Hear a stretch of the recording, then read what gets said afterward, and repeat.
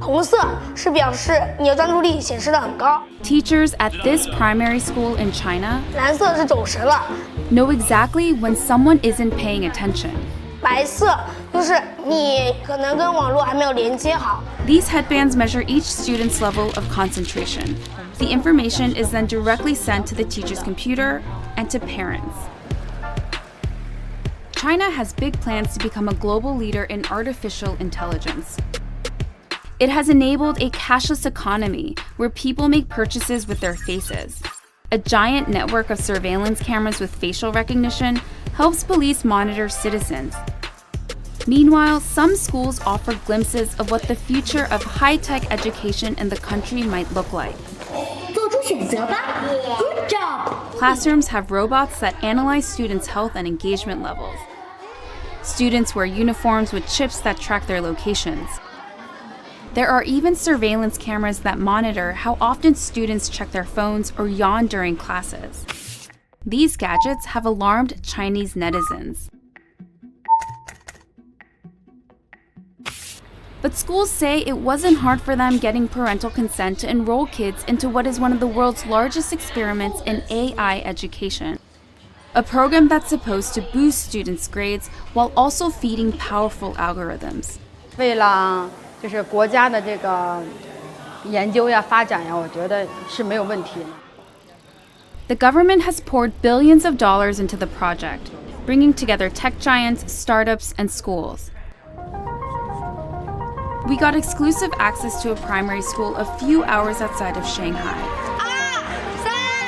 同学们早上好。 To see firsthand how AI tech is being used in the classroom. For this 5th grade class, the day begins with putting on a brainwave sensing gadget. Students then practice meditating. 现在，想象我们眉心有一点柔和的光芒绽放。 The device is made in China and has 3 electrodes, 2 behind the ears and 1 on the forehead. These sensors pick up electrical signals sent by neurons in the brain. The neural data is then sent in real time to the teacher's computer. So while students are solving math problems, a teacher can quickly find out who's paying attention and who's not. 说明这段时间他是有点在那走神的。 A report is then generated that shows how well the class was paying attention. It even details each student's concentration level at 10-minute intervals. It's then sent to a chat group for parents. 就是他可以看到每个人的评分。 The reports are detailed, but whether these devices really work and what they exactly measure isn't as clear. We were curious if the headbands could actually measure concentration, so one of our reporters tried on the device. 但我没有感觉自己特别集中。不是，它就是靠你的意念。This is a new technology with still fairly little research behind it. Theodore Zanto is a neuroscientist at the University of California, San Francisco. He was surprised to learn that this tech, called electroencephalography, also known as EEG, is being used in the classroom on children. It's usually used by doctors in hospitals and labs. EEG is very susceptible to artifacts. And so if you are itchy or just a little fidgety, or the EEG wasn't set up properly so that the electrodes didn't have a good contact, affects the signal. Despite the chances for false readings, teachers told us the headbands have forced students to become more disciplined. 上课回答我的问题，就是他们的声音会比平常更响亮。 Teachers say the students now pay better attention during class, and that has made them study harder and achieve higher scores. 上课认真听讲，作业做的基本上是全对的。 But not all students are as enthusiastic.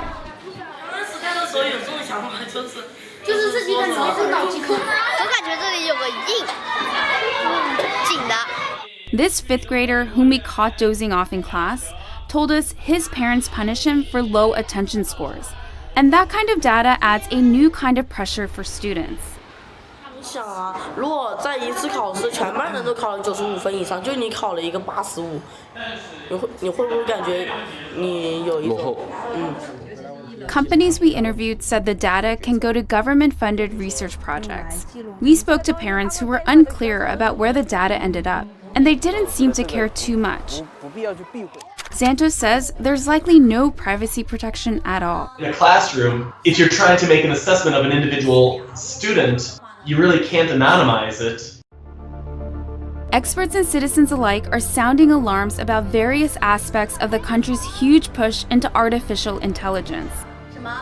These classrooms are laboratories for future generations.